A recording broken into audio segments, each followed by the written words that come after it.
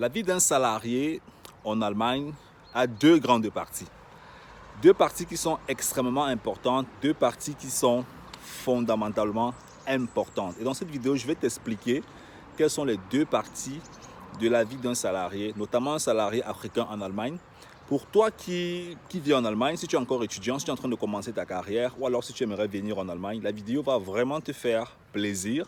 Donc écoute la vidéo jusqu'à la fin et note vraiment bien ce que tu vas apprendre dans cette vidéo dans ta tête parce que voilà, ça va te permettre de pouvoir mieux orienter, je dirais, soit ta carrière professionnelle, soit ta vie, soit tes activités. Tu vois un peu?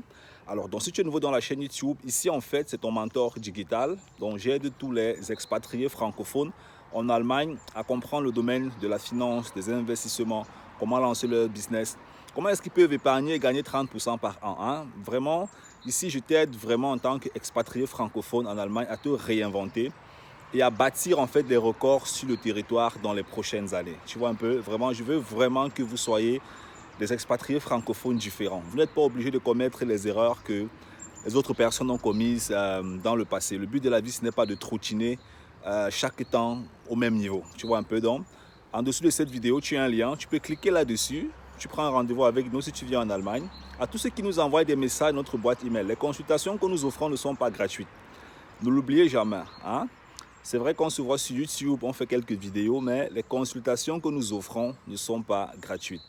Quand vous envoyez des mails, vous nous posez 10 000 questions par mail, vous vous adressez à une entreprise. Donc, quand vous nous contactez, sachez que les consultations que nous offrons ne sont pas gratuites. C'est extrêmement important à savoir.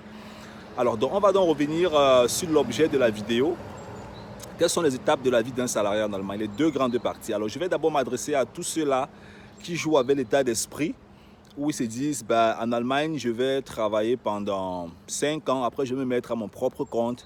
Je vais travailler pendant 10 ans, après je vais me mettre à mon propre compte. Vous savez, je suis actif dans plusieurs réseaux sociaux, notamment dans LinkedIn, Instagram. Vous pouvez aller sur Instagram, vous me cherchez là-bas, Simplice Foguet. Vous allez aussi suivre les activités que nous menons sur Instagram. Et il y a une chose en fait qui m'a toujours frappé. Je cause avec en moyenne par jour, je peux dire en moyenne par jour, je cause avec 5 à 4 Africains qui appellent, on échange, qui ont besoin de conseils et tout. Et il y a plusieurs catégories. Hein. Ça peut être des travailleurs, les ingénieurs, ça peut être des étudiants, ça peut être des freelancers, ça peut être même des asylants. Donc je comprends les problèmes des Africains de fond en comble en Allemagne. Et ce que moi je vais te faire comprendre en fait, c'est qu'avant d'entrer dans le salariat en Allemagne, avant d'entrer dans le salariat, l'une des choses que tu dois mettre dans ta tête, c'est la porte de sortie. La porte de sortie, tout le monde aimerait quitter le salariat un jour. Tout le monde aimerait un jour être son propre patron. Tout le monde aimerait un jour avoir son propre business. Tout le monde aimerait un jour être indépendant financièrement. Tout le monde aimerait un jour, c'est pas moi, rentrer en Afrique et tout. Donc, avant d'entrer dans le salariat, si tu peux, définis-toi une porte de sortie. Comment est-ce que tu veux quitter le salariat? Avec combien? Avec quel chiffre d'affaires? Avec un business, avec des investissements? Quel investissement? L'immobilier, la bourse, l'entrepreneuriat, je ne sais pas moi. Définis-toi une porte de sortie. Et le meilleur moment pour commencer à travailler sur cette porte de sortie, c'est maintenant. Ce n'est pas quand tu entres dans le salariat. C'est à l'instant où tu écoutes cette vidéo. Rien ne t'empêche de commencer à lancer une entreprise en Allemagne. Rien ne t'empêche de commencer à investir en Allemagne. Rien ne t'empêche. À l'instant où tu écoutes cette vidéo, tu peux commencer à tout faire ça. Rien ne t'empêche. Mais bon, sûrement tu vas te dire, bah, je suis encore étudiant, je vais voir. Tout ça, ça ne tient pas debout. Même quand tu seras ingénieur, tu ne vas jamais voir ce que tu cherches. Je peux te garantir ça 100%. J'échange avec des ingénieurs qui ont fait dans les 20 ans, 30 ans de carrière professionnelle. Et tous ont toujours un regret. Ça, c'est la première partie. Tous ont toujours un regret. Ils auraient souhaité avoir entrepris un peu plus tôt.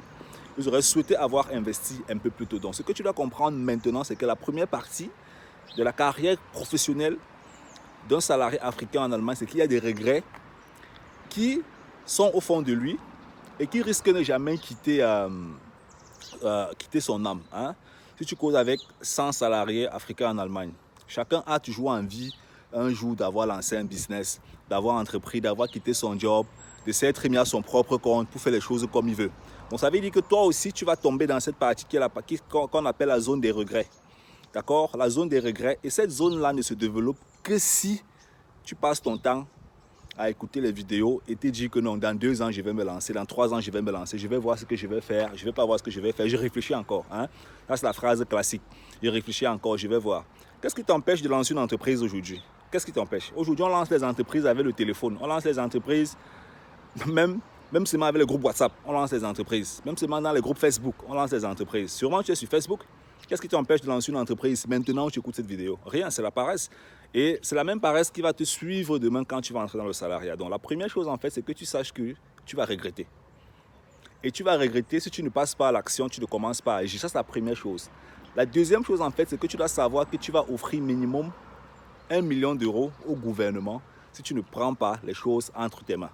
Écoute très bien. Tu vas offrir minimum 1 million d'euros au gouvernement. Si le chiffre là te paraît beaucoup, 1 million d'euros, c'est dans les 622 millions de francs CFA. Si tu penses que c'est un chiffre, que ce n'est pas vrai et tout, va faire les recherches sur Internet.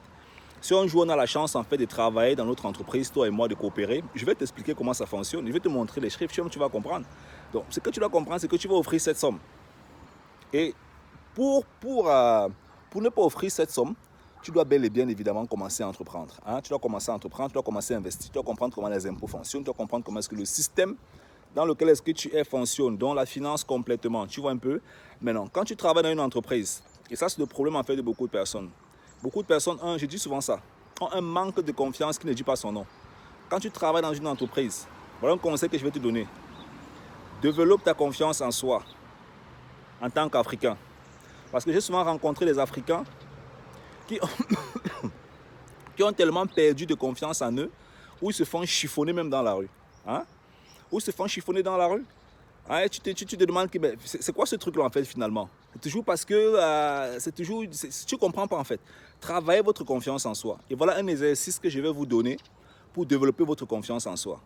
Achetez un cahier et commencez à écrire chaque jour les succès que vous avez eus dans vos vies. Et méditez sur ces succès et intégrez ces succès dans vos têtes. Ça vous permet de progresser. C'est un exercice qui est très simple, mais ce n'est pas facile. Parce que certains d'entre vous vont dire, il y a même quoi sur ça? Ça ne va rien changer. Oui, c'est ça le problème.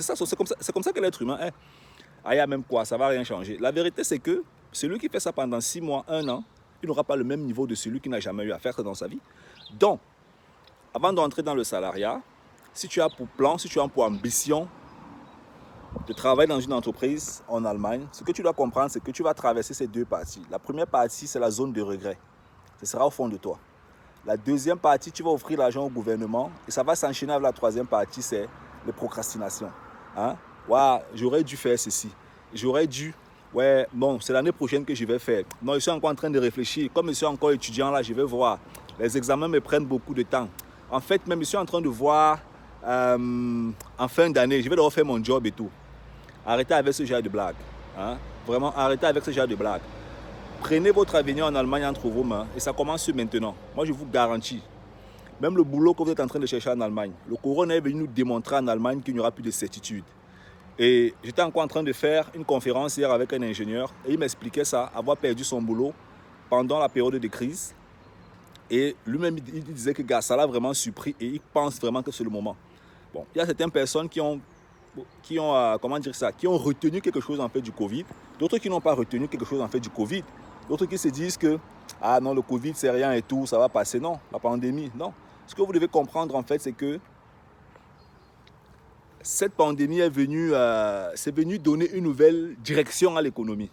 Vous tous qui venez en Allemagne, vous tous qui résidez maintenant en Allemagne, je vous le répète, prenez votre avenir entre vos mains. Votre avenir n'est pas dans les caisses du gouvernement. Ce n'est pas dans les aides sociales que vous cherchez à demander partout là. Ce n'est pas ça. Ce n'est pas votre avenir là-bas. Dans les aides sociales, pour chercher à demander 300 euros, 400 euros, 500 euros, ce n'est pas votre avenir.